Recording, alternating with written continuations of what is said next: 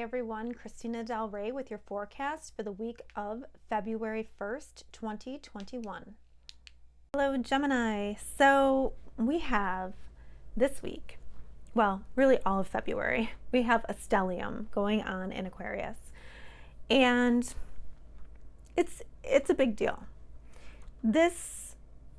Having this many planets in one part of the chart is like, it's like the planets are waving at you.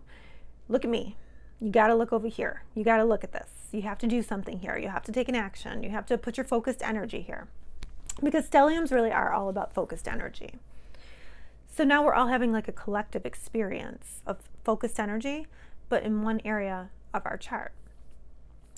And so now we have, on Monday, we have Venus coming into the stellium of Mercury, which is retrograde right now, the Sun, Saturn, Jupiter, and now we're adding Venus. So Venus, wherever she goes, she does bring blessings, which is great. Mercury's retrograde, so that always affects you terribly. So sorry, but it's not really terrible. It is a good thing because you're rethinking these things in one area of the chart. And the area of the chart for you that this is in is the ninth house. Ninth house is faith, beliefs, opinions, broadcasting, publishing, legal matters, higher education, long distance travel, religion, spirituality, and philosophy. So this is the area of the chart that you are concentrating this energy in. And there's something that is Aquarian themed that speaks to what you should be focusing on. So some Aquarian themes are being unique. However, with Aquarius, there's like this duality. You have to be unique, but yet still within a group. It's almost like, what is good for the group is good for the individual. And groups coming together as well.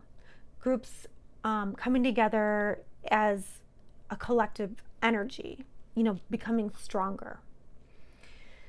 Also, a more green earth, too. Anything that you can do to better the earth. So, and Aquarius also speaks to freedom, too. How are you going to be free in this area of your chart? So, there's something here that you're looking at and you're trying to develop. Now, this goes back to the Great Conjunction promise that was in your chart on December 20th. You started something big there. If you missed my video, I'll link it in the description. But there's something big here that you really have to be concentrating on. You have to be focusing on. And February 1st, we also have the Sun squaring Mars. So the Sun in your ninth house, again, okay? Now it's squaring Mars in your 12th. So an action needs to be taken. However, the 12th house has to do with karmic endings. It has to do with behind the scenes matters, letting go, possibly. It can have to do with hidden enemies, unconscious thoughts, confined spaces as well, spiritual development and connection. I do often see this part of the chart as being connection to spirit, especially those who are woken up. So there's almost like an action there that needs to be taken to further this ninth house matter. It's shining a light on something that's hidden and that needs to have an action taken. And then we have on Friday, February 5th, we have Venus meeting Saturn. So same part of the sky, the ninth house. Maybe you are committing to broadcast something, or maybe you are committing to a program, an educational program, or maybe you're getting more real about your values and you're committing to new values. But there's something here that, like, if you commit to it, it will pay off down the road. And like I said, Venus brings blessings, and wherever she goes in the chart, things feel nicer. So it's not like you feel bad about the commitment. You know what I mean? It's not like, oh, this is horrible. No, it's sort of like you feel good about it. On Sunday the 6th, we have Venus squaring Uranus. So Venus, again, ninth house. And then we have squaring Uranus. So Uranus can be freedom. Okay, so it's in your 12th house. So freedom from karmic endings.